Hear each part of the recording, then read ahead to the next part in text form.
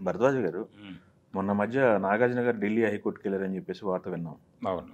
ఇప్పుడు చూస్తే తీర్పు వచ్చింది దాంట్లో అని చెప్పేసి నాగార్జున గారికి ఫేవర్ వచ్చిందని మాట్లాడుతున్నారు. అవును. ఏంటి అసలు ఏ విషయంలో ఏంటి నాగార్జున గారు కోర్టుకి వెళ్ళాల్సిన పరిస్థితి ఎందుకు వచ్చింది?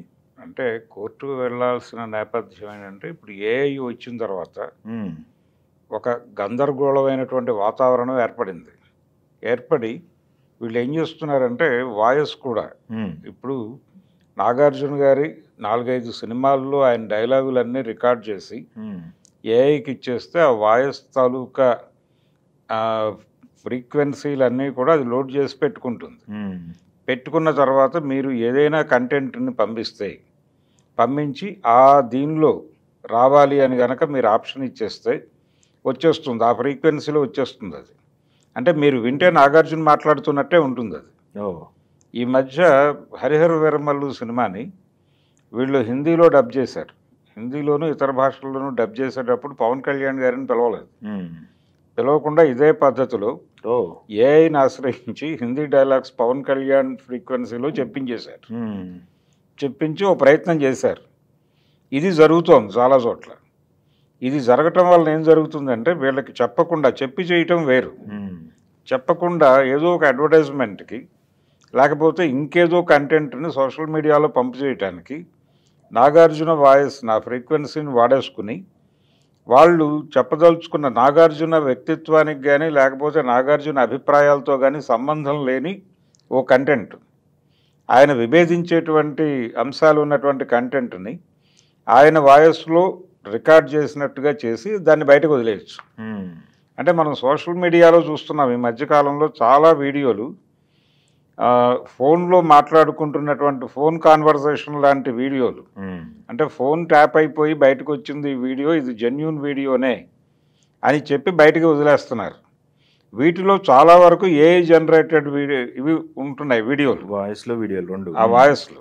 అంటే ఏఐ జనరేటెడ్ వాయిస్ పెట్టేసి ఇది ఫోన్ టాక్ అని చెప్పేసి ఇంకెవరిదో కాన్వర్సేషన్ కూడా వీళ్ళతో మిక్స్ చేసి ఉమ్, ఇదంతా ఒక విచిత్రమైనటువంటి పద్ధతిలో ఫోనుల్లోకి డంప్ చేసేస్తున్నారు. ఉమ్, ఇది విలేజెస్లోనూ అక్కడ కన్జ్యూమ్ అయిపోతుంది.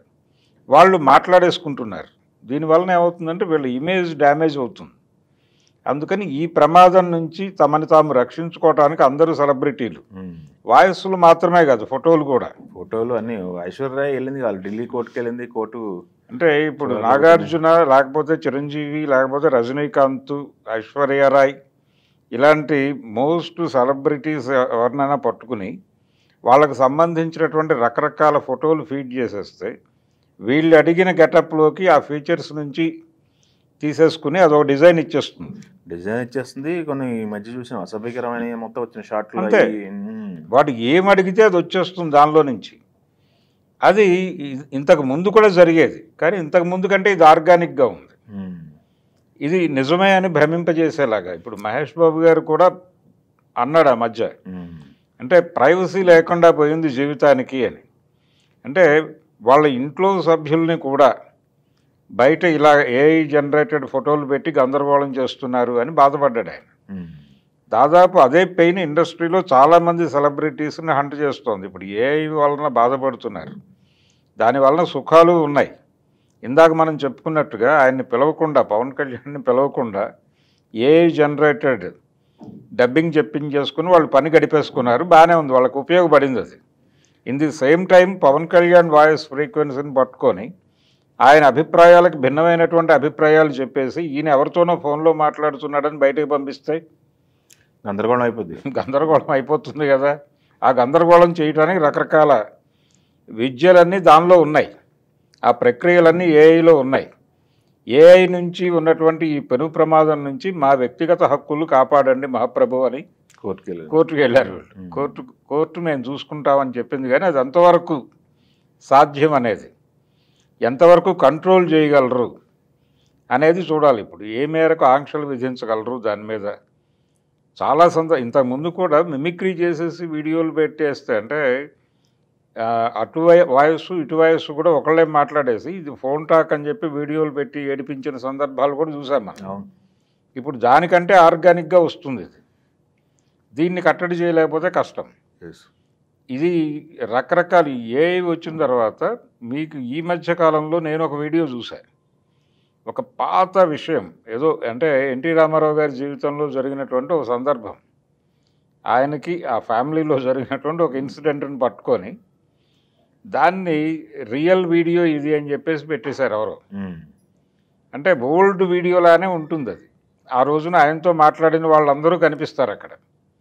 వాళ్ళందరి ఫోటోలు పట్టుకుని వాళ్ళ పర్సనాలిటీలు డిజైన్ చేసేసి వీడియో తయారు చేశారు. మీరు అది చూస్తే రియల్గానే అనిపిస్తుంది, కానీ అది బూటకం, అది ఏఐ జనరేటెడ్.